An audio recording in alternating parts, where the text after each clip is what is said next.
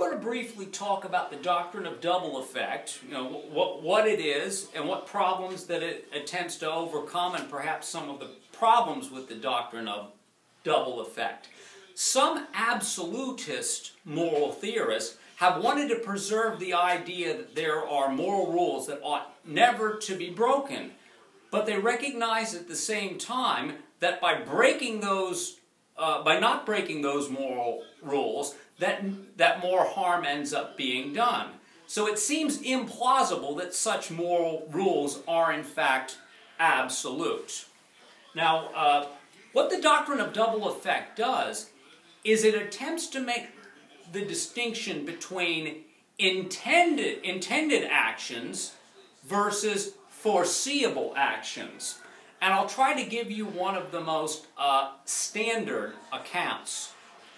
Frequently in military conflicts, there are particular objectives that need to be met. But the only way that those objectives can be met will end up causing foreseeable harm to the civilian population. So the way that the doctrine of double effect works is it contends that there might be foreseeable consequences for our doing X. However, those foreseeable consequences are not what we intend to do. Our intention was actually to do X. Therefore, we haven't broken our absolute moral rule in the process.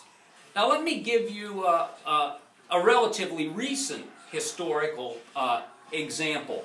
In the long and tumultuous relationship between the United States and former ally Saddam Hussein, after he was decided to be no longer one of the good guys, according to the U.S., they decided that they had to find a way to undermine his government.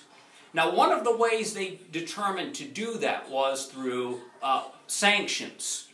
So what they did was they made it very difficult for the Iraqi government under Saddam Hussein to economically succeed.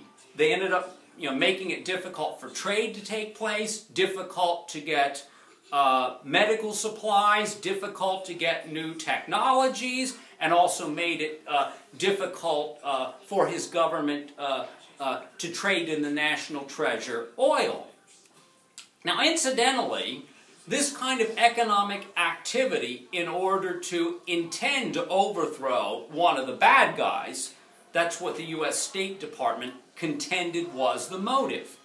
And the motive, according to their assertions, was a good motive.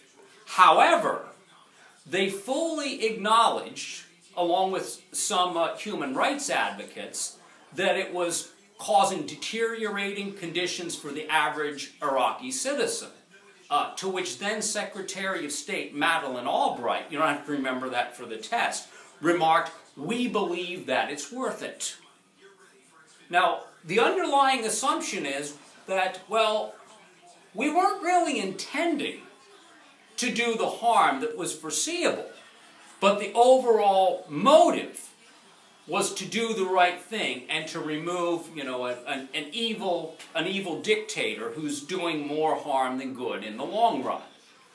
Thus, they were able to argue for maintaining good motives, even while recognizing that there might be some foreseeable but unintended harms that would be accompanied by that.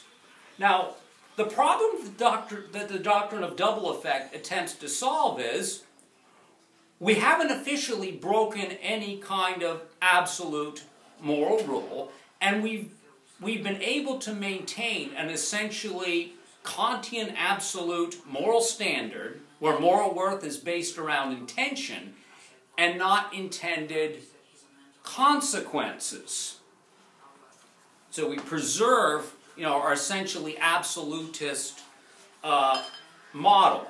Now, the big problem is that many critics will contend there's a very fine line between what's intended and foreseeable. And if something is so drastically foreseeable, then how can we really meaningfully draw such a distinction. Now, one of the other concerns, and this I have to admit is my personal concern with, is I believe that the doctrine of double effect can be the refuge of scoundrels. All that one has to argue here is, well, that may have been a foreseeable consequence, but it wasn't what I intended. Even though I was well aware that all of these atrocities might occur as a result, that wasn't our intention. Therefore, you can't hold us in the moral wrong for doing it. We were still intending to do the right thing. However, these were foreseeable but not intended consequences. Where in some of our opinions, that line seems to be not only fairly blurry between intended and foreseeable, but we see that sometimes the doctrine of double effect could be used as a sort of an excuse. Thanks.